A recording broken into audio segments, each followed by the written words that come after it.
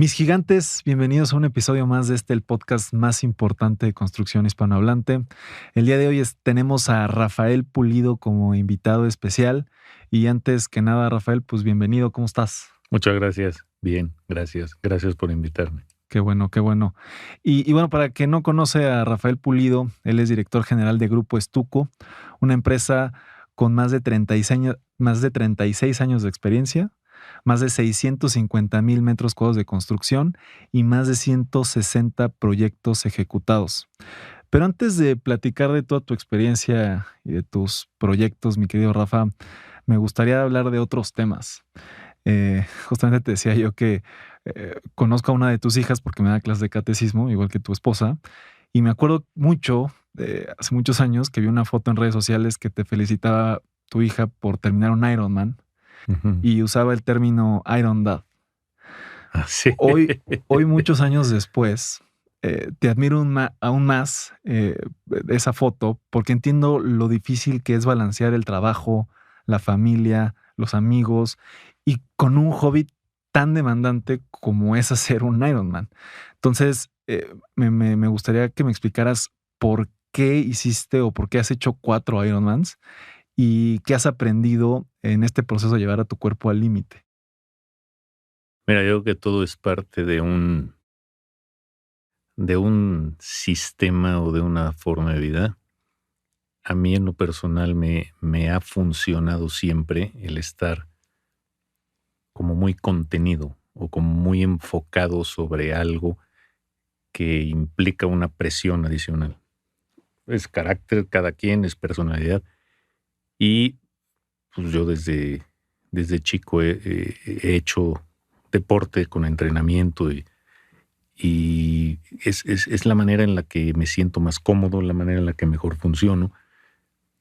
Hice mucho triatlón olímpico desde que empezó y después en algún momento empecé a oír del Ironman con uno de mis cuñados, con algunos amigos, y después un muy buen amigo empezó a presionar y a generar un grupo que empezamos siendo 4, acabamos siendo 12 y, y parte de lo interesante de esto es que es una experiencia de toda la familia o de un grupo, no es una experiencia individual, aunque el deporte es individual y la carrera es individual, pues todo participa mucha gente, ¿no?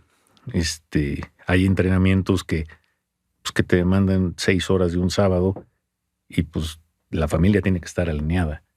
Y el apoyo de tu familia es importante y el apoyo de tus amigos es importante y el grupo es importante. Y eso, aparte que lo he disfrutado mucho, ha servido para que mi familia se meta conmigo. Mi esposa ha hecho varios medios, una de mis hijas también. Mis hijos han hecho sus triatlones y han corrido maratones. Entonces te va haciendo una forma ahí de vida entre familiar y social y el grupo es muy bueno y el saldo de todo eso para mí ha sido muy bueno. Tengo entrañables amigos de ahí y las experiencias me han servido mucho. Es curioso, ¿no? Justo esto que comentas de que es un deporte individual, pero por ejemplo, entrenar con un grupo de gente, este famoso término que usan mucho en los equipos de correr, ¿no? De que te jalan, ¿no? Que dices, oye, eh, y lo he vivido, ¿no? O sea, ¿cómo es posible que si yo voy solo, pues como que echas más flojera, como que, pero si ves a alguien o vas con alguien, pues necesitas ese acompañamiento, ¿no? O sea, ¿tú lo vives entonces o más con un coach, con un equipo, con tu familia o cómo te jalas? Para mí yo creo que lo importante es el equipo. No sé si lo voy a decir bien, ¿no? Porque no sé si la jerarquía es la correcta, pero el equipo es sumamente importante porque siempre hay uno que motiva, siempre hay otros que acompañan, siempre hay otros que cuidan y muchas veces tú puedes ser o el que motiva o el que acompaña o el que cuida.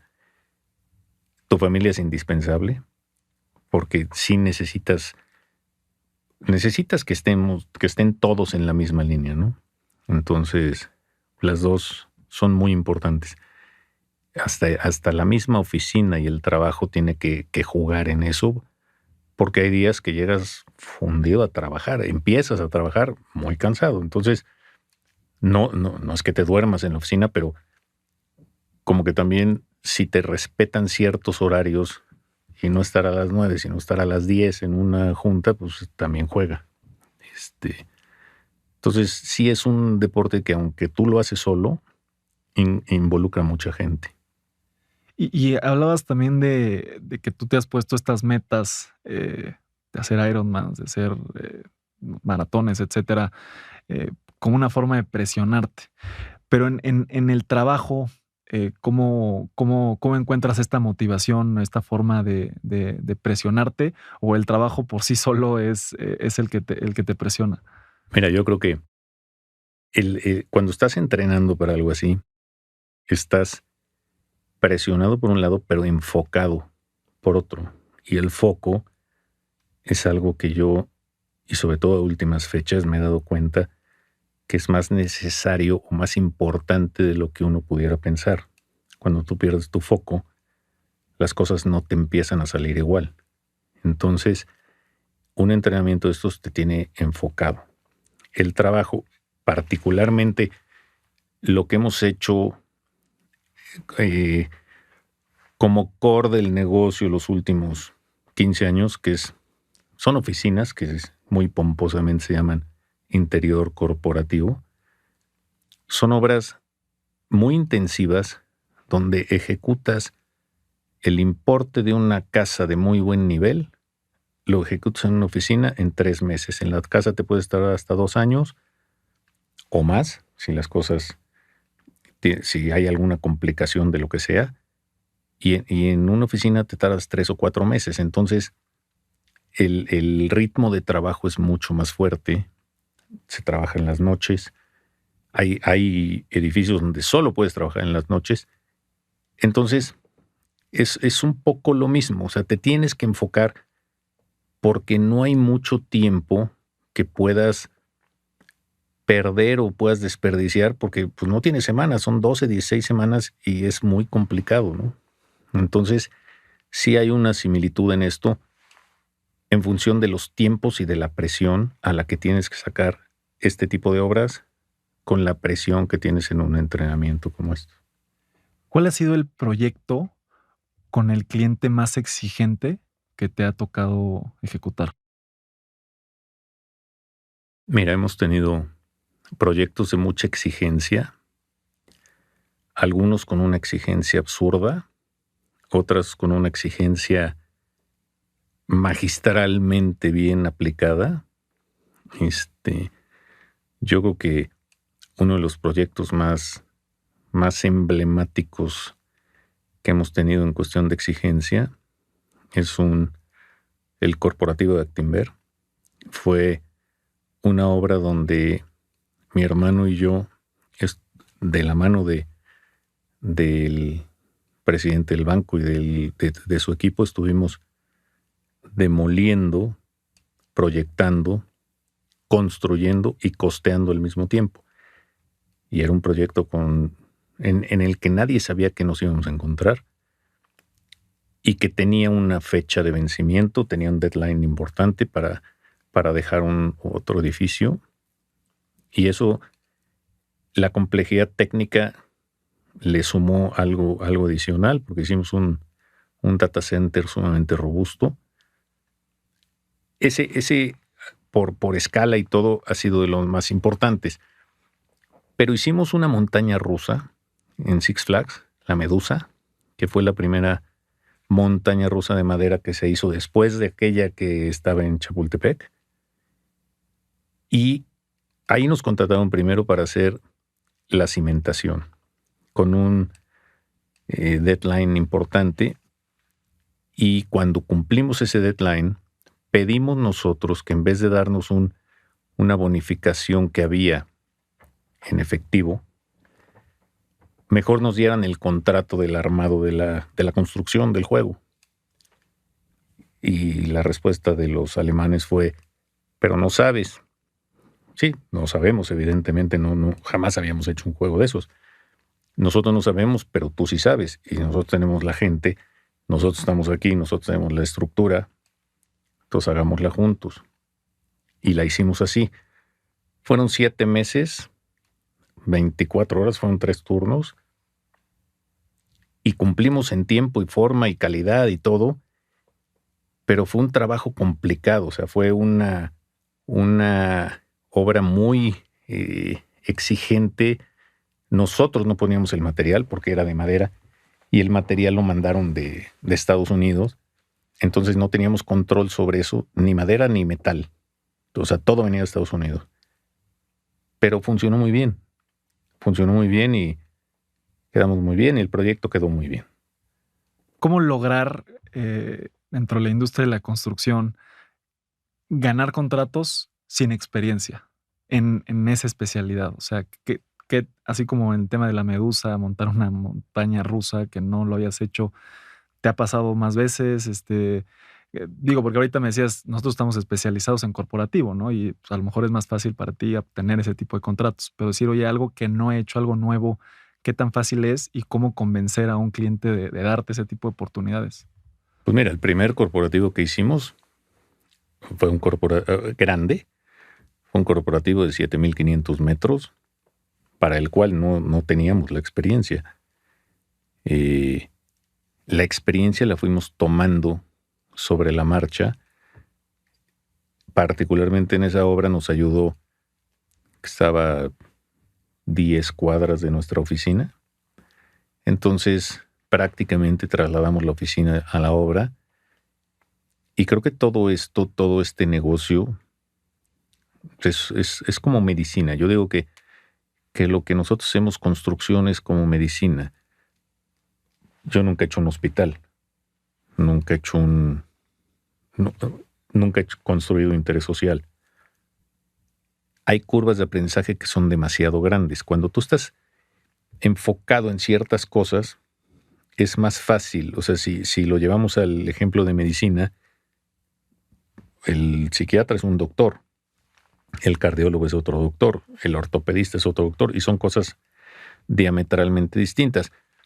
Probablemente, y a lo mejor fallo, pero probablemente cirugía plástica y dermatología sean muy similares. Entonces nosotros veníamos de un entorno de acabados. Durante mucho tiempo tuvimos tiendas de acabados, los vendimos, los tocamos, los igualamos, los saboreamos casi. Vendíamos pintura, vendíamos pasta, vendíamos todo lo que fuera acabados, impermeabilizantes, pisos, cortinas. Entonces, todo eso se conjuntaba en lo que hoy estamos haciendo más, que son oficinas.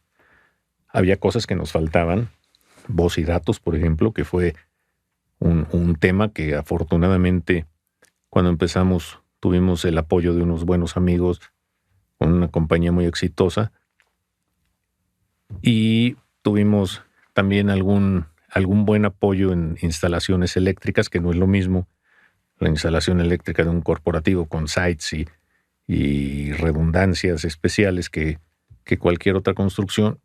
Y fuimos aprendiendo sobre la marcha. En ese primer corporativo tuvimos la experiencia de un buen project manager, un cuate que llegó a aportar, Edgar Cano se llamaba, y salió muy bien, y fue un proyecto con una escala suficiente como para empezar a hacer un equipo y empezar a hacer una forma de trabajar, ¿no? Hay veces que los project managers, los supervisores de obra que ahorita mencionabas, estos supervisores terminan siendo más una piedrita en el zapato que alguien que dé soluciones en los proyectos. ¿Cuál tiene que ser la labor de un buen project manager en un proyecto importante de oficinas o cualquier proyecto que hayas ejecutado? Mira, en general, no te puedo decir que tenga una excelente opinión del project management, porque en la mayoría de los casos no aportan, sino estorban. Y no, esto es algo que evidentemente los project managers dirían no es cierto, pero la mayoría de los casos nos ha tocado que así sea, porque el project manager no tiene ninguna responsabilidad. Toda la responsabilidad recae sobre el constructor.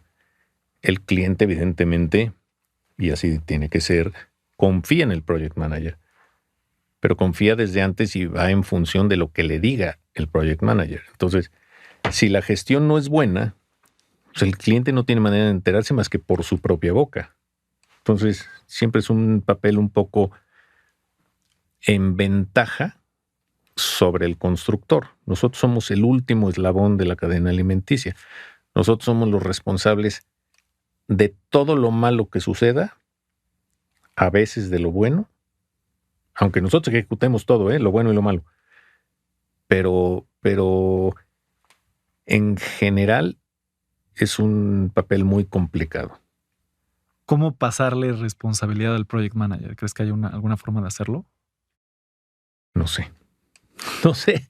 Ojalá lo supiera. El otro día escuchaba que no se le pague a los project managers si el contratista no está cobrando. O sea, que hay algunos contratos de project management en los cuales pues amarran el avance de la obra con el pago del project management. ¿Eso crees que funciona? Se me hace una buena idea. No lo había oído. Seguramente aquí en tu podcast, alguien que tiene un poco la misma experiencia que yo lo está poniendo sobre la mesa.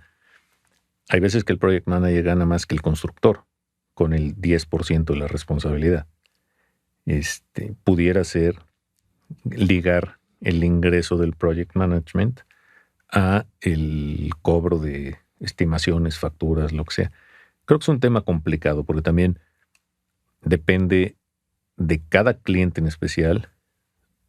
No puedes satanizar todo el project management como tal por ejemplos malos, porque mucho va en función de la personalidad de la gente. O sea, tú no puedes etiquetar a las compañías en general por 1, 2 o 4 project managers cuando a lo mejor tienen 25. O sea, y a lo mejor en esos 25 hay 8 muy buenos, 8 regulares y 7 pésimos. Si a ti tocan 2 pésimos en 2 obras seguidas, pues vas a hablar pestes de la compañía. No lo sé. Esa propuesta, yo que puede ser un avance para que la responsabilidad sea compartida. Ahorita que decías depende de la personalidad del project management, ¿cómo manejas tú también la responsabilidad como empresa de tener un buen superintendente de obra? Porque al final del día, pues este tema que acabas de comentar es lo mismo, ¿no? Si no tienes un buen superintendente de obra, pues tú puedes quedar mal como empresa, ¿no? ¿Cómo eliges correctamente a tu equipo de trabajo, Rafa? Pues mira, también sucede y yo quien diga que no le ha sucedido, pues miente, porque todos hemos tenido experiencias buenas y malas con la gente. Lo que nosotros vendemos es un servicio, no vendemos un producto. Yo no vendo una cubeta, no vendo un saco de cemento, no tengo una línea de producción. Yo vendo un servicio. Yo amalgamo productos, contratistas, y nosotros somos los responsables de hacer que todo el equipo funcione en la misma dirección. Entonces, el recurso más importante para nosotros es la gente. Hay gente valiosísima en unas cosas y con unas áreas de oportunidad tremendas en otra. Entonces, tú al mejor superintendente le puedes encargar algo, y si en ese algo hay una o dos partes donde él no sea bueno, es muy probable que fallen las cosas. Tenemos muy poco margen de tiempo, margen de maniobra. Te digo, son 3, 4, 5 meses de este tipo de obras. Entonces, eso puede llegar a afectar. Y siendo tan corto el tiempo, cuando te das cuenta que algo no está funcionando como debiera, pues ya traes la mitad de la obra atrás. Entonces, es complicado. Pero creo que el recurso más importante es la gente. Me encanta. Yo también le digo mucho a la gente en mi oficina, como bien dices, que un constructor no vende un producto, no vende la obra, vende el servicio, ¿no? Y que justamente hay veces que a los constructores les cuesta trabajo balancear el tema de operación y que las cosas salgan bien, el tema operativo, con el tema administrativo y de explicarle al cliente lo que está sucediendo y por qué están sucediendo las cosas de cierta forma. ¿Tú cómo logras balancear o tener a estos constructores que sean buenos ejecutando la obra, pero también que sean buenos en la parte administrativa y reportando al cliente cuáles son las situaciones reales de lo que está pasando en el proyecto? Lo que pasa es que es un universo complejo. Nosotros hemos tenido muy pocas, pero sí hemos tenido malas experiencias de administración interna hacia cierto proyecto por múltiples factores. O sea, nunca ha sido por mala voluntad, nunca ha sido por mala fe, pero no hemos estado exentos de errores. Y como en la construcción todo vale mucho dinero, porque no hay obras, o sea, son raras las obras que cuestan poquito, o sea, todo son millones. Entonces, las malas experiencias que hemos tenido nos han afectado muchísimo, nos han costado muchísimo dinero, nos han costado prestigio comercial. Son las menos, o sea, yo creo que no llegamos ni al 2% de todo lo que hemos hecho, pero esa parte es muy importante. Y la administración de una obra implica muchísimas cosas, porque no solo es el dinero, sino es el horizonte de ese dinero, el horizonte de pago de los distintos contratistas. Eres responsable de los distintos contratistas. Nos ha sucedido en alguna obra, de repente no se puede, es un edificio súper estricto y se encuentran unas colillas en la escalera de servicio que alguien fumó. Y a lo mejor ni siquiera es de nuestros empleados, a lo mejor es el empleado de un subcontratista. Tú eres responsable. Entonces, la administración de ese tipo de cosas es complicada hasta para el mismo equipo que está en obra, que está en sitio, los residentes, los superintendentes. Eso, digamos que es el lado complicado. El lado bueno es que si tú logras hacer una buena química con tu cliente y una buena comunicación, todo fluye muy bien. O sea, hay clientes que tratan directamente con nuestros gerentes o directores y la relación es muy buena y se termina la obra y sigue habiendo relación y hay un grado de amistad entre ellos y entre nosotros y todo y funciona muy bien. Eso es más fácil cuando no hay un project manager en medio, sino la relación es directa del cliente con el contratista, con el constructor. No sé si te contesté tu pregunta o no. Pues sí, creo que sí me la contestaste. Me causó curiosidad esta parte que decías que los proyectos de construcción son proyectos millonarios, ¿no? Y que pues nosotros tenemos que darle mucho énfasis al tema de costos. ¿Qué tanta importancia le das tú al costeo? Porque yo le explicaba a un amigo que es arquitecto, ¿no? Oye, pues tú vendes un proyecto y pues tu margen de que te salgas del presupuesto es muy corto. Pero como bien dices tú, Muy delgadito. en los nuestros, pues si te sales de un concepto, de algo, te puedes perder mucha lana en un proyecto de construcción. ¿Cómo manejas tú tus costos, tus precios unitarios para tener desde la venta pues suficiente margen de ganancia, riesgo, que no sea mucho para salirte de mercado, pero que sea lo suficiente para no tener riesgos dentro de la empresa? Mira, yo creo que con el tiempo vas encontrando maneras.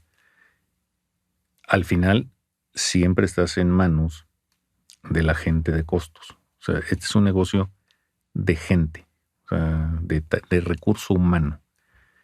Entonces, por más sistemas, programas, softwares que tengas, o sea, el software puede ser una maravilla, uses Neodata, Opus, el que uses.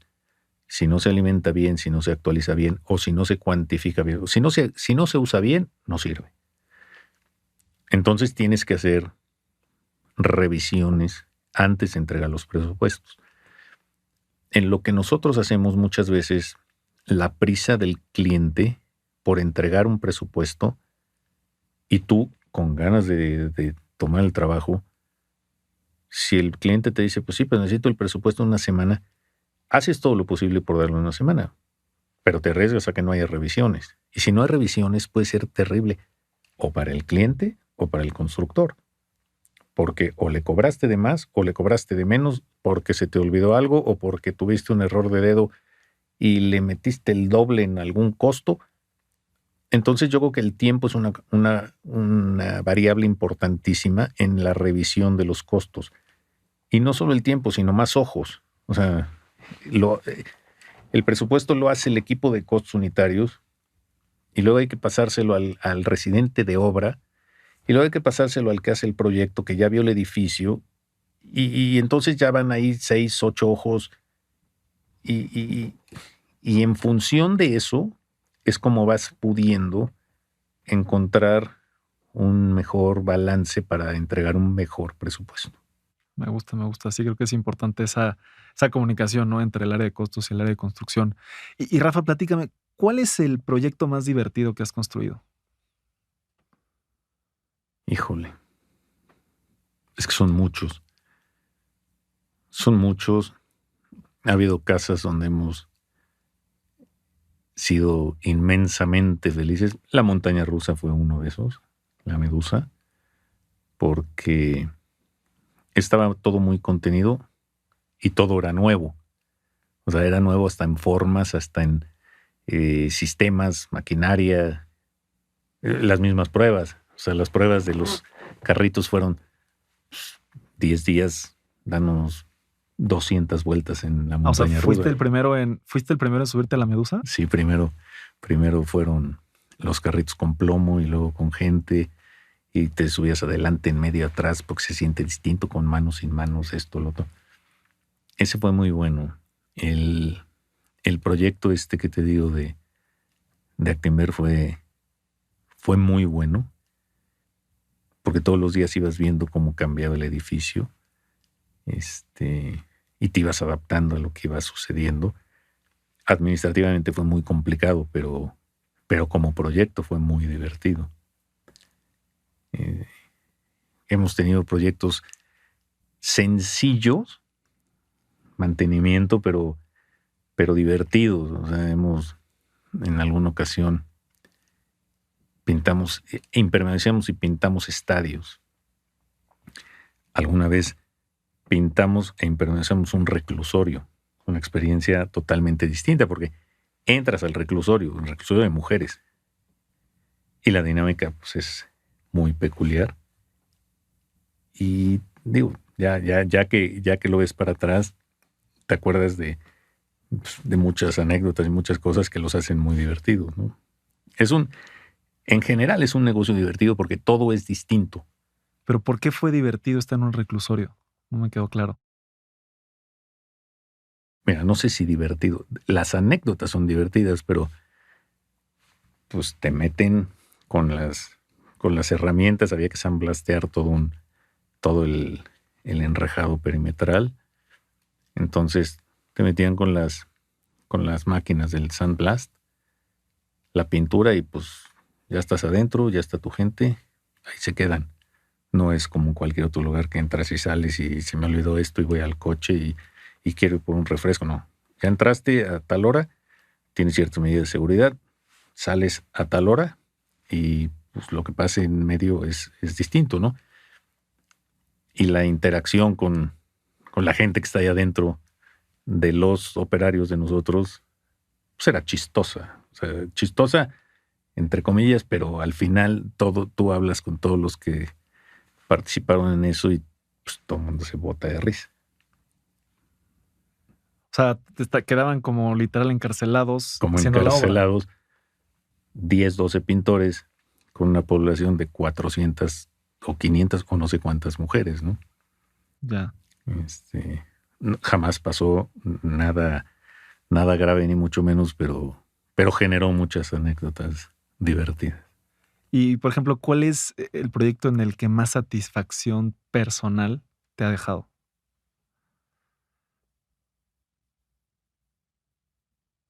Hijo, no sabría decirte. He tenido muchos que me han dejado muy contento. He tenido algunos muy complicados. Acabamos de entregar una casa que nos costó 4 años hacerla. Primero no podíamos por los permisos, luego no podíamos por los árboles. Se cruzó la pandemia.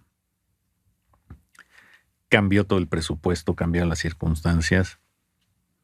Y creo que lo mejor aparte que la casa quedó muy bien, lo mejor de lo que sacamos fue la relación con el cliente, aún en esas condiciones. Ese proyecto en particular me dejó muy, muy contento. Hemos hecho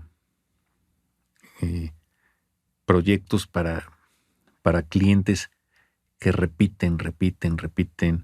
Me acuerdo uno de unos grandes clientes que tuvimos durante muchos años, una familia Fernández, que le hicimos, lo más grande que le hicimos fueron 44,000 metros de fábrica en Atlacomulco. Y fue una gran relación. Y veíamos las fábricas ya con las máquinas adentro y operando y todo eso. Y se siente una satisfacción importante, ¿no? O sea, siempre el tema, a veces los constructores vemos al cliente como esta parte de obra y no vemos al cliente como la parte de qué va a suceder después con el edificio, ¿no? Es importante esa comunicación, ¿no? Entre qué va a pasar después de que se acabe el proyecto. Claro, y también entiendes de dónde viene el recurso para hacer la obra. Porque tú lo ejecutas y punto, pero muchas veces todo lo que hay atrás de ese dinero, todo lo que tuvo que suceder, todos los créditos que tuvieron que tomar, todos los riesgos que tuvieron que correr para poder hacer la obra,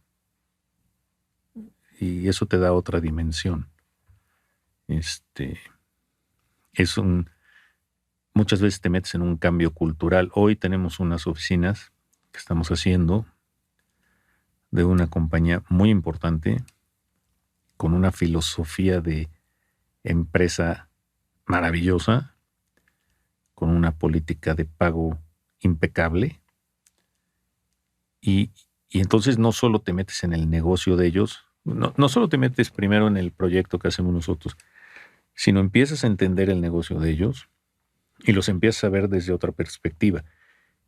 Y empiezas a ver lo que hay atrás de todo para lograr que se haga una instalación nueva, que haya ciertos puestos de trabajo, o sea, ciertos lugares de trabajo, me refiero a la cantidad, y la filosofía del dueño, de los directores, en función de lo que quieren darle a la gente que trabaja en la empresa, y te empiezas a involucrar, y cuando terminas, te cuesta un poco de trabajo desapegarte de la obra, de la dinámica, del edificio, de la misma gente. Hay otras donde dices, bueno, se acabó y punto, pero hay compañías que sí te dejan una gran sensación o una liga personal distinta, ¿no? O sea, que no quieres terminar el proyecto por esa... No siempre lo quieres terminar. Lo que no quieres terminar es la relación. El proyecto sí, pero la relación no. Y eso nos ha pasado mucho. Y ahorita platicabas de las condiciones de pago. ¿Cuáles son las condiciones de pago ideales para un contratista? Y me gustaría que fueras lo más específico posible desde el tema del tipo de contrato, precios unitarios, precios alzados, obviamente fechas de pago, pero también el proceso de revisión de estimaciones. ¿Cuál es la forma más o el proyecto en el que más sencillo o más ligero para ambas partes y benéfico para ambas partes ha sido las condiciones de pago? Mira, yo creo que siempre es sano y creo que debiera ser un must que haya un anticipo. Yo creo que el anticipo, una buena práctica, es que sea de un 30%. Te estoy hablando de lo mío, no sé las personas que hagan obra pública u obra de infraestructura si estén de acuerdo conmigo. Yo nunca he hecho ni obra pública ni obra de infraestructura, pero un 30% de anticipo funciona muy bien. Las estimaciones, como los tiempos de lo que yo hago son muy reducidos, no son obras que duren 2 años. La casa esta duró 4, pero fue un caso especial. Las estimaciones debieran ser cada 2-3 semanas máximo. Debe de ir ligado al avance. Es sano que haya un supervisor, muy sano. Muchas veces el supervisor es visto como alguien que estorba, pero no, cuando se hace bien de las dos partes, lejos de estorbar, ayuda, porque también te ayuda a ti a justificar ciertas cosas hacia el cliente, que el cliente no está en el lugar de la obra, por lo general. El cliente está en otro lugar, trabajando, enfocado en su negocio, y lo que sucede en la obra, el supervisor es los ojos del cliente. Entonces, eso también ayuda. Entonces, un 30% anticipo, estimaciones semanales, estimaciones quincenales o cada 3 semanas, y un finiquito 5 o 10% máximo. Yo creo que esas son las condiciones razonables de pago. Cuando el esquema se pone más creativo y hay anticipos mucho más grandes, se ligan a unas condiciones distintas, unos avances con una forma de reporte más complicada, siempre o la gran mayoría de las veces no acaba saliendo tan tersamente. Si tú tienes un anticipo del 30% con eso, te da para empezar todo, para empezarlo bien, para empezar a trabajar, y mientras haya estimaciones regulares, todo puede fluir muy bien. Y ahorita que hablabas del supervisor, luego también un tema es, decías que tus proyectos son de tiempos cortos. Me imagino que son estimaciones semanales o quincenales. Quincenales. Y el problema luego es, haces la estimación quincenal, te tardan 15 días en revisar la estimación, o una semana, ya estás prácticamente hablando de un mes, y a partir de ahí, ya que entregas la factura, estás hablando de, no sé, a lo mejor 30 días de pago. Entonces estás hablando ya, pues, entre que empezaste la ejecución de la obra a que te pagaron 60 días, más el tiempo que invertiste tú, el dinero de materiales que empezó, pues, antes. Esa parte, ¿qué tan compleja es Por para lo ti? general, como nosotros tratamos de que se haga, es hacer un presupuesto lo más exacto que se pueda. Tratamos de ligarlo a un programa de pagos fijos, según lo que nosotros estimamos que va a haber de avance, donde puede haber una variación para arriba o para abajo, pero de porcentajes muy controlados. Entonces el cliente sabe cómo tiene que manejar su dinero, y nosotros sabemos con cuánto contamos. Eso sirve mucho. A lo mejor te tardas una semana en generar la estimación y 2 semanas en cobrar. No, es raro que tengamos un cliente que se vaya más tiempo de pago. O sea, nunca hemos pasado, no nunca, pero es raro que pasemos las 5 o 6 semanas sin pago. Hay clientes que sí, y esas obras han sido muy complicadas. ¿Cuál ha sido tu fracaso más grande en algún proyecto de construcción? Una casa que hicimos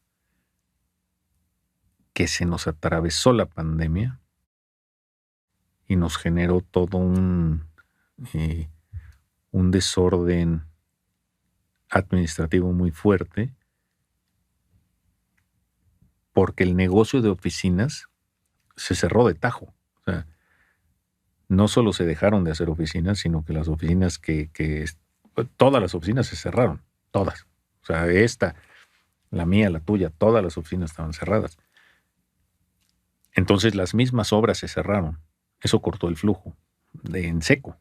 Entonces se juntaron varias circunstancias en las que nosotros asumimos la total responsabilidad, pero que dejaron esa obra sin dinero. O sea, no es que el dinero nos lo hayamos quedado nosotros. Sencillamente las condiciones no fueron las ideales. La obra se quedó sin dinero. La obra se hizo más larga. Evidentemente se nos hizo más cara. El contrato estaba a precio alzado. Entonces nos tardamos mucho más tiempo en entregarla. Nos costó muchísimo más trabajo, nos costó muchísimo más dinero, y el costo reputacional con el cliente no fue bueno. Al final entregamos la obra y la entregamos bien, la entregamos con buena calidad, pero el el desgaste y la fricción fue muy fuerte. Yo me acuerdo, ahorita me viene a la cabeza uno de nuestros primeros clientes. Mi primer cliente importante fue Fernández Editores.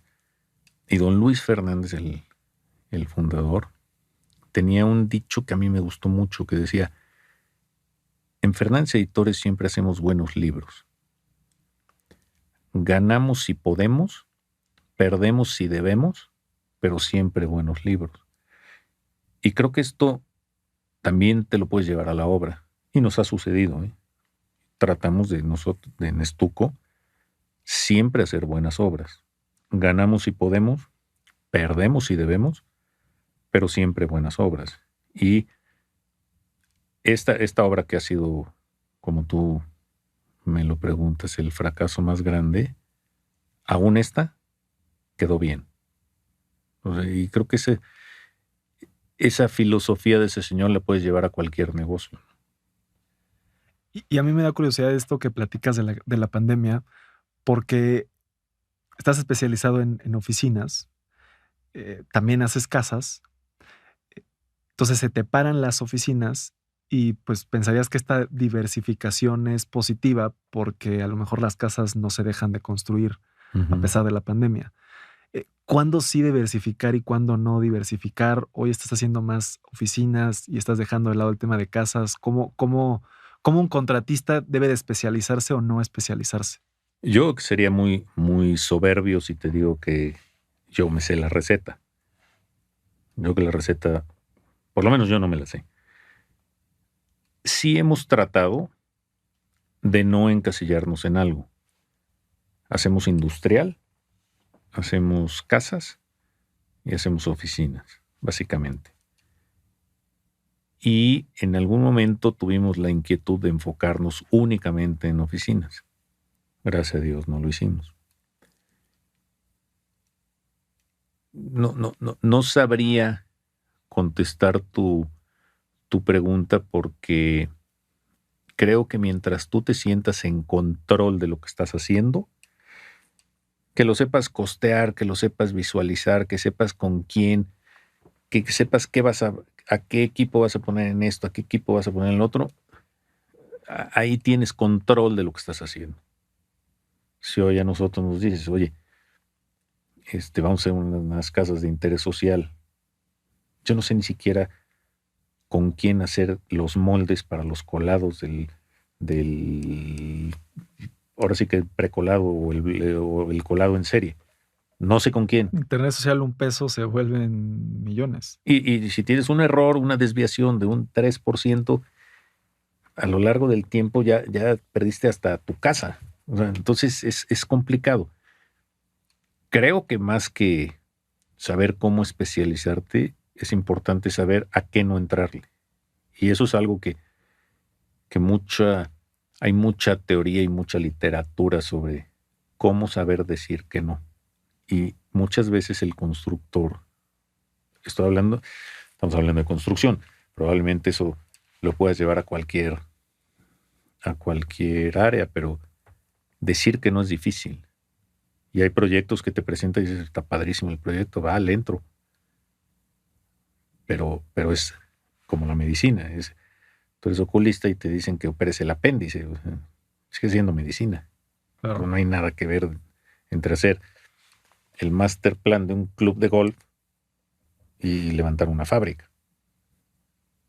O sea, son cosas muy, muy distintas. Entonces, yo creo que todos los constructores debemos de tener 2, 3 áreas donde seamos fuertes. Y a las demás, mejor decirles que no. ¿Cuál ha sido un proyecto en el que hayas enfrentado alguna dificultad técnica súper inesperada? La montaña rusa. Porque son 1083 pilas de concreto, que es la cimentación. La medusa tiene 1083 puntos de apoyo, pero sobre roca volcánica totalmente irregular. No hay un solo nivel. O sea, todo no sé, habrá 10, 15 metros de desnivel en todo el terreno. parejo. Entonces empezabas a perforar, eran unas pilas redondas, empezabas a perforar y de repente se te desgranaba la roca por abajo. Entonces la pila que iba a llevar 2 metros cúbicos, de repente se chupaba 8. Y a lo mejor no tenías los 8 en ese momento, ¿no? O sí los tenías porque ibas a colar varias, pero se los estabas quitando a la siguiente, y a la siguiente, y a la siguiente, y el ritmo de colado era muy rápido. Entonces, eso fue muy complicado. Muy complicado. ¿Las cimentaciones en general son complicadas o crees que esa en específico? Fíjate que las cimentaciones nos han salido bien. Hemos hecho mucha cimentación para maquinaria de impresión, y no hemos tenido una sola falla. No hemos tenido una reclamación de cimentaciones. Pero la complejidad de esa cimentación era el proceso. O sea, porque no sabías qué te ibas a encontrar. Y cada hoyo que ibas haciendo pues era una cosa muy distinta. No hay manera de simbrar eso. O sea, metíamos las columnas en un sonotubo, pero sacábamos el sonotubo porque el concreto tenía que entrar y expandir y llenar la cavidad. ¿Cómo controlas las cavidades? Claro. Pues no hay manera. ¿Y algún error que hayas tenido o alguien de tu equipo súper inesperado que digas, ¿cómo puede ser que nos pasó esto? Tuvimos uno hace muchos años. Estábamos todos muy chavos, estábamos empezando, y un amigo mío, un buen amigo mío, me contrató para pintar su casa, hacerle una remodelación. No me acuerdo bien, creo que le crecimos una sala. Le hicimos varias cosas. Y ya que terminamos, le dije, lo único que nos quedaba por atacar era un bay window que daba hacia la fachada, hacia el estacionamiento, en un condominio horizontal. Entonces, yo me acuerdo haberle dicho, hazlo, hay que hacerlo ya, porque regresar va a ser complicado. No puedo, no tengo dinero. Total, me dijo 2 semanas después, ya acabamos, nos vamos de vacaciones, haz el bay window, por favor. Perfecto. Yo también me iba de vacaciones, dejamos el bay window, toda la reparación y el mantenimiento a cargo del maestro que había hecho toda la obra. Nos fuimos todos 2 semanas de vacaciones, y a las 2 semanas me habla el domingo en la noche y con mucha risa me dice, oye, quedó increíble el bay window. Qué bueno. Nomás que hicieron el de la casa del vecino. Como las casas eran iguales, este güey llegó, vio el bay window y dijo, esta es la casa. No había nadie tampoco en esa casa. Lo trabajó, lo dejó precioso, pero no era el que teníamos que haber hecho. ¿Y cómo lo resolviste? No, pues no, eso no lo puedes resolver. O sea, al vecino le quedó un bay window nuevo. Tuvimos que arreglar el de mi amigo, que ya nos lo había pagado. Y luego le dijimos al vecino, oye, me da mucha pena, pero te lo arreglamos. Pues imagínate que tú estacionas tu coche y te lo lava alguien, tú no dijiste que te lo lavaran y luego llega y te lo cobra. No me acuerdo bien cómo quedamos, pero creo que sí nos lo pagó unas semanas o unos meses después. Pero fue algo que todavía hoy nos acordamos. Mis amigos se acuerdan, y pues a todos nos da mucha risa, ¿no?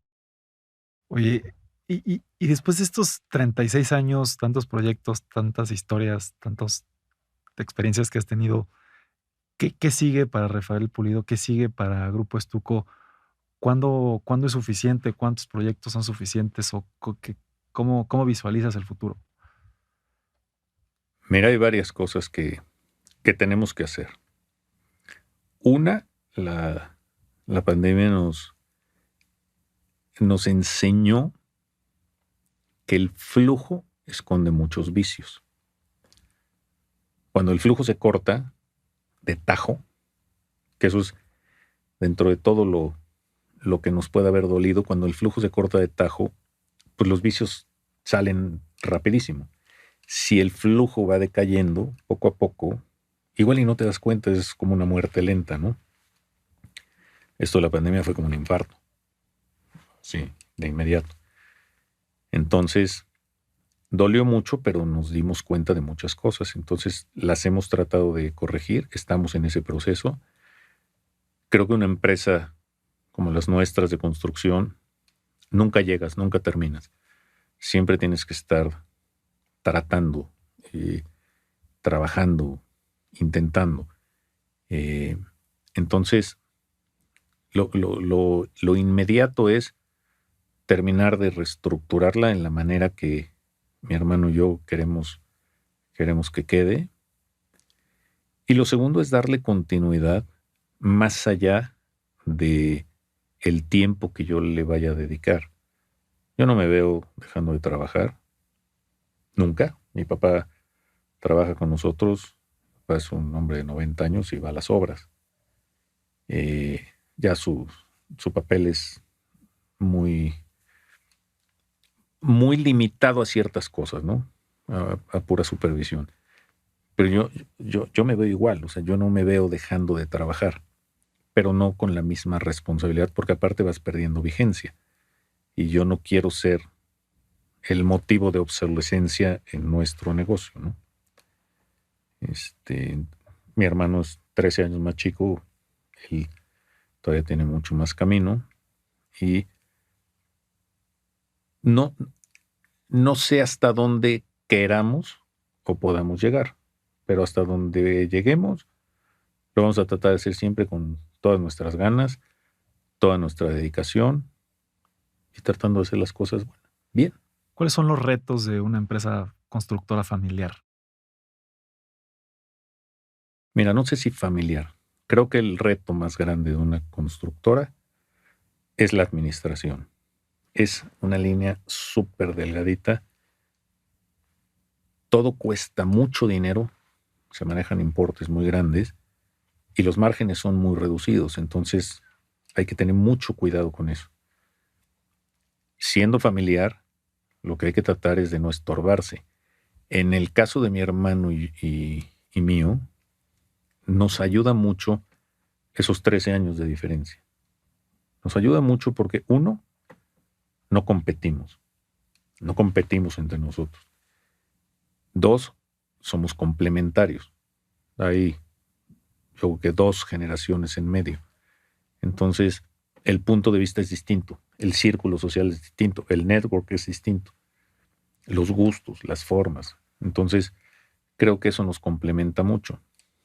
Tenemos en medio una hermana que yo creo que es quien más inteligencia emocional tiene en la familia, que funciona como un buffer entre los dos. Y siempre es muy sano tener a alguien que sin ningún tipo de reserva se siente y te diga, eres un estúpido, o lo que estás diciendo es una estupidez. Y que le dé lo mismo lo que le vais a contestar. Y nosotros afortunadamente lo tenemos. Y eso en los últimos años ha sido una diferencia, ha marcado una buena diferencia. Qué importante la inteligencia emocional, ¿no? Importantísima. Importantísima. Ella la tiene y aparte ella ve las cosas desde otro punto de vista. Entonces, nos ha ayudado mucho. Oye, Raúl, y bueno, para ir cerrando, nos gustaría, primero que nada, agradecerte, nombrarte un gigante de la construcción. Ya lo eras, pero aquí te queremos nombrar un gigante de la construcción. Y me gustaría que nos dieras 3 consejos para una persona, ya sea que vaya iniciando dentro de la industria de la construcción o que ya arrancó, pero quiere llevar su empresa o su puesto o su trabajo al siguiente nivel. ¿Qué 3 consejos le darías a una persona para destacar? Mira, yo no sé si estoy en la posición de dar consejos o no. Creo que lo más importante es no dejar de aprender. Y no dejar de aprender no solamente en la parte académica, yo creo que esa es la menos, no la estoy despreciando, pero es la menos importante. No dejar de aprender de la gente. Es un negocio de gente. El de la construcción es un negocio de gente. Y en la medida que tú le des juego y entrada a todos los niveles de la gente, en este negocio te va a ayudar muchísimo. O sea, te voy a poner un ejemplo. Acabamos de entregar un salón de eventos de un club importante aquí en México, un salón padrísimo, que hicimos en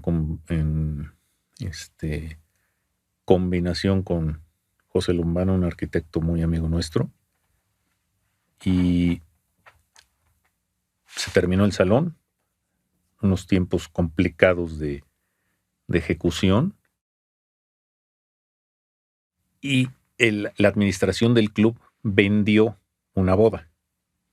Padrísimo. O sea, qué bueno, se vendió un evento, pero el evento estaba ligado a que termináramos nosotros. Teníamos una ventana de 2 semanas y fue una obra complicada porque había muchos detalles. Todas las obras son complicadas. Y esta se fue adaptando el proyecto en el camino. Quedó muy bien, quedó increíble. Y entonces el piso lo empezamos a trapear y a trapear y a trapear. Piso caro, piso bueno, y no dejaba de estar cenizo por todo el polvo de la obra.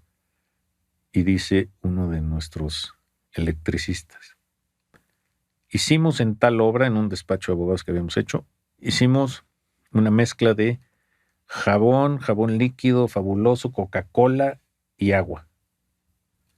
Ok. Hicimos eso, andaban a comprar una Coca-Cola grande, hicimos la prueba, el piso quedó perfecto. Perfecto. Es un ejemplo, pero que te dice todo lo que la gente tiene que aportarte, y en la medida que tú estés abierto, o sea, si tú no estás abierto, yo dices eso, dices, a mí no me vengas con esos remedios, hay que traer al especialista y que lo haga, y a lo mejor el especialista se va a tardar 3 días o va a costar no sé cuánto con un producto. Esta solución funcionó. Y así tengo muchos ejemplos de gente de distintos niveles metida en obra que te dice que la experiencia vale mucho. Entonces, si lo quieres tomar así, el consejo que yo diría es: hay que oír a la gente. Hay que oír a la gente que tenemos, a la gente que trabaja. Hay albañiles que tienen 60 años en esto y saben muchísimo. Entonces, hay que aprender de la experiencia de todos ellos. Me gusta, creo que es un gran mensaje, mi querido Rafa. Y para terminar, no sé si hay algún medio de contacto de Grupo Estuco para comunicarse con ustedes, para Rafael Pulido, no sé. Gracias. Tenemos una página que es www.grupoestuco.com. Teníamos la de Facebook, que ahora nos la hackearon y es un casino coreano. Entonces por Facebook no. En Instagram tenemos también Grupo Estuco, y ahí en las redes, con eso, por ahí están los links del contacto y por ahí se puede llegar.